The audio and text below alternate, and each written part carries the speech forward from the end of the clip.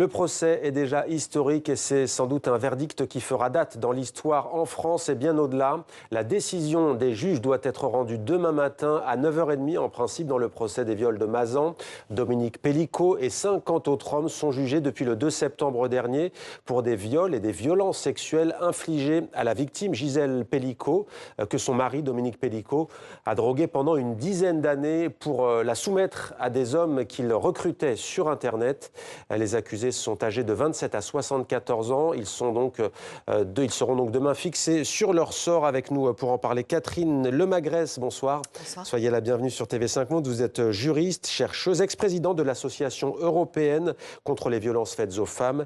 Et vous êtes l'autrice du livre Les pièges du consentement. On va en parler pour une redéfinition pénale du consentement sexuel. C'est aux éditions XE. En direct de Nantes, dans l'ouest de la France, Anne Bouillon, bonsoir et merci beaucoup d'être avec nous.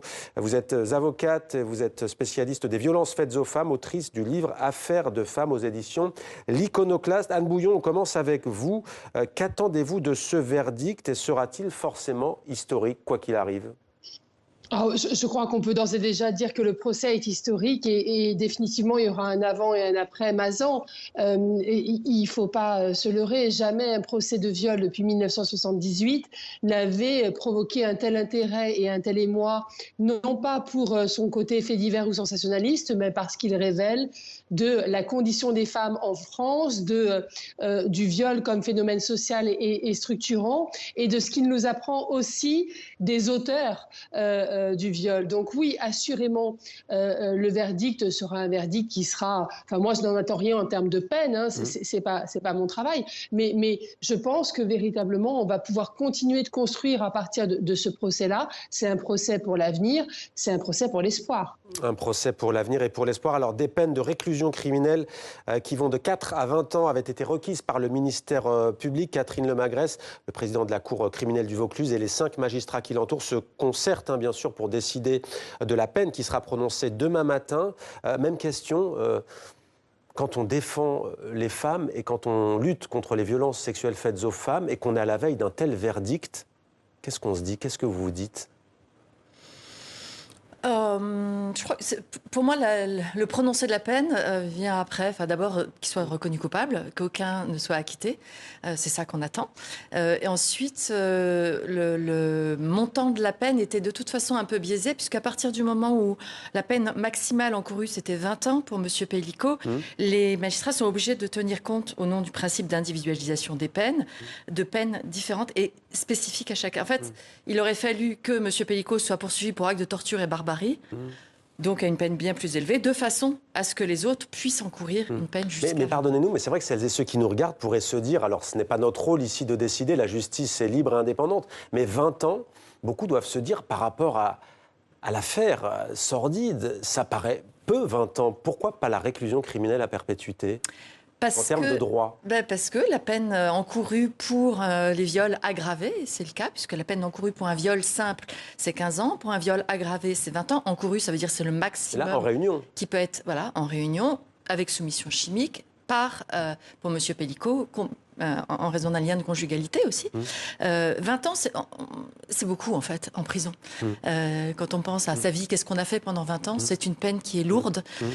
Et par ailleurs, je ne suis pas certaine, compte tenu de l'état des prisons, que ça permet de répondre à une des fonctions de la peine, qui est la réinsertion sociale. Alors, on va retourner à Nantes voir Anne Bouillon, mais d'abord, j'aimerais vous demander, et c'est très intéressant, c'est pour ça qu'on a voulu avoir votre point de vue. Vous dites qu'on ne pourra pas faire l'économie en France, et d'ailleurs pas seulement dans le monde, en tout cas en France, en ce qui concerne ce procès, de redéfinir d'un point de vue juridique ce qu'est un viol. J'ai envie de dire que ce procès et ce qu'on a entendu de la part de certains accusés vous donne encore plus raison. Oui, alors que ce procès, normalement, n'aurait jamais dû être le procès qui permettait de faire avancer le droit. Parce que, précisément, dans ce procès-là, on cochait déjà les cases de ce qui était répréhensible selon le droit français, c'est-à-dire le viol commis par surprise. Une femme, quelqu'un qui dort, qui est inconscient, etc., l'élément de surprise est caractérisé.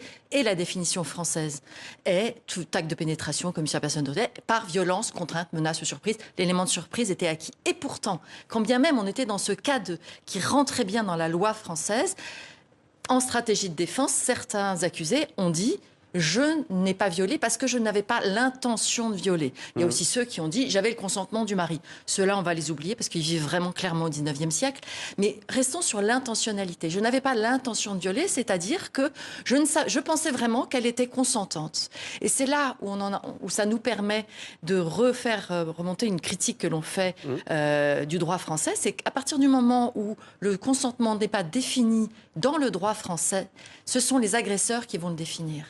Qu'est-ce que nous demandons? C'est qu'il y ait une définition du consentement positif dans la loi française, c'est-à-dire que c'est seulement quand on a qu'un oui libre de toute coercition est énoncé qu'on a le droit d'atteindre à l'intimité de l'autre. C'est pour ça d'ailleurs que le président a demandé à chacun des accusés « Est-ce que vous vous êtes soucié de son consentement ?»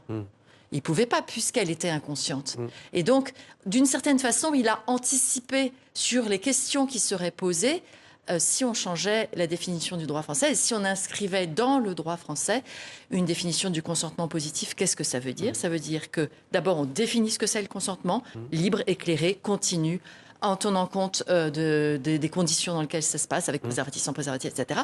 Ensuite, dire dans quelles circonstances il peut y avoir consentement, mais attention, une vigilance est requise, notamment parce qu'il y a des rapports de domination, parce qu'il y a une coercition possible, parce que c'est mon employeur, parce que c'est mon bailleur, parce que je suis sans papier. Enfin, toutes ces circonstances dans lesquelles on peut dire oui, mais il y a de forts risques que ce qu'on cède et céder n'est pas consentir. Et puis, troisième cas de figure, où on retrouve notre droit actuel, il n'y a pas de consentement lorsqu'il y a violence, contrainte, menace ou surprise. Anne Bouillon, c'est vrai que la définition en France, en tout cas du viol, date de 1980. 3 hommes ont été mis en cause à l'époque pour viol collectif sur 2 femmes belges et finalement condamnées. Votre point de vue sur cette question précise et juridique, vous êtes d'accord avec notre invité en plateau ?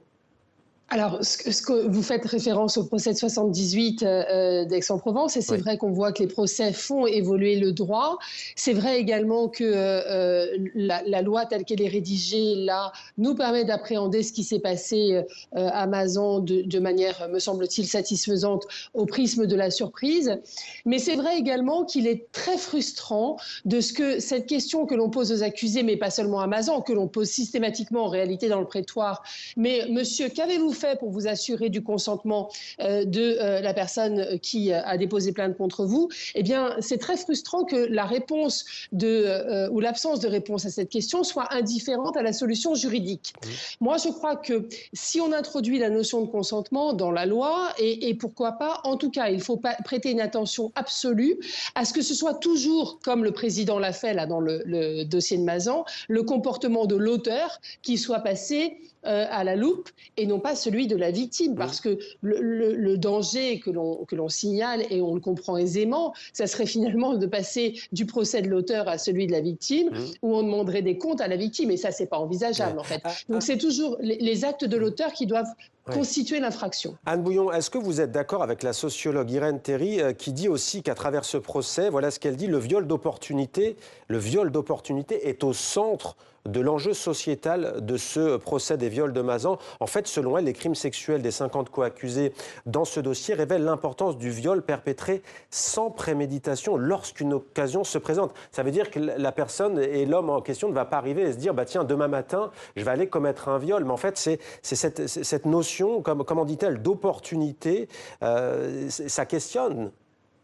Alors, le viol d'opportunité, c'est une notion, je vois que vous mettez mon livre, que j'ai théorisé, si on peut dire ça, dans cet ouvrage, et avec lequel, effectivement, on travaille de concert avec Irène Théry, et qui consiste à dire que, finalement, lorsqu'on a écarté toutes les formes de viol auxquelles on peut être sensible, même dans l'inconscient collectif, le viol de prédation, le viol de réappropriation, le viol de domination, le viol de guerre, eh bien, lorsqu'on a écarté toutes ces hypothèses-là, on constate qu'il y a encore, et de manière massive, des viols qui ne répondent pas à ces situations précises. Moi, je défends des jeunes femmes qui ont subi des viols, et je m'écarte un peu du procès de Mazan, qui ont été perpétrés par des hommes, ou des jeunes hommes parfois, qu'on pourrait dire au-dessus de tout soupçon. Des petits gars bien, des étudiants, des gens qui ont des hommes voilà, qui ne sont pas des délinquants d'habitude, et qui, à la faveur de certaines circonstances, pensent qu'ils n'ont pas à s'empêcher. et que c'est OK de ne pas avoir à s'empêcher d'avoir accès au corps des femmes. Et ça interroge vraiment sur qui sommes-nous comme société pour que ces hommes-là, en opportunité, finalement, parce que l'occasion se présente, commettent quelque chose qui est de l'ordre du franchissement de l'infranchissable, vous voyez. Et ça, quand on fréquente les prétoires et qu'on voit tous ces hommes, parce que il faut le dire aussi, nos juridictions pénales sont surencombrées de dossiers de viol, c'est même l'essentiel du contentieux que les cours criminelles départementales ont à juger. Eh bien, quand on pousse la porte des tribunaux, on s'aperçoit que à Mazan, mais comme ailleurs, ce sont des hommes qui parfois ont un passé chaotique, on l'a dit pour Mazan, mais pas toujours, qui ont des pathologies, mais pas toujours. Et finalement, il n'y a pas de profil, du violeur. Ouais. Exactement. Alors, je signale bien entendu que cette affaire a un retentissement mondial, universel. Dans 20 ans, écrit une journaliste espagnole d'El Mundo, Gisèle Pellico sera aussi célèbre que Simone de Beauvoir. Dans 20 ans, Catherine Lemagresse. Au-delà de ça, vous vouliez peut-être d'abord réagir sur ce que vient de dire Anne-Marie. Il nous reste un peu plus d'une minute. Très, très rapidement, rappelez quand même que quand on parle de viol d'opportunité, je mettrai un petit bémol parce que dans l'immense majorité des situations, on arrive à caractériser une stratégie de l'agresseur. C'est-à-dire que même dans les soirées, les viols entre étudiants, etc., il y a quand même une stratégie là, en de l'occurrence, faire on imagine boire, que ces accusés, elle est sur Internet. Et là, en l'occurrence, la préméditation, elle est enfin, c'est d'ailleurs une des conditions, une des questions. Est-ce qu'on ne créerait pas une circonstance aggravante de préméditation aussi, puisque quand on est capable de s'organiser à ce point-là, ça mériterait que ce soit pris en compte dans la responsabilité pénale. Sur est-ce que Madame Pellico va être la Simone Veil de Beauvoir, Simone de Beauvoir. Les deux. Je crois pas qu'elle prétende à ça. Je crois que comme toutes les victimes, elle a eu le courage de dénoncer et de le dénoncer publiquement, et donc de s'exposer publiquement et d'exposer publiquement son intimité. Et donc, comme toutes les victimes, elle participe au dévoilement des violences. Merci beaucoup à toutes les deux, Catherine Lemagresse, et merci Anne Bouillon d'avoir été en direct de Nantes. On suivra évidemment donc demain sur TV5 Monde ce verdict dans le procès des viols de Mazan.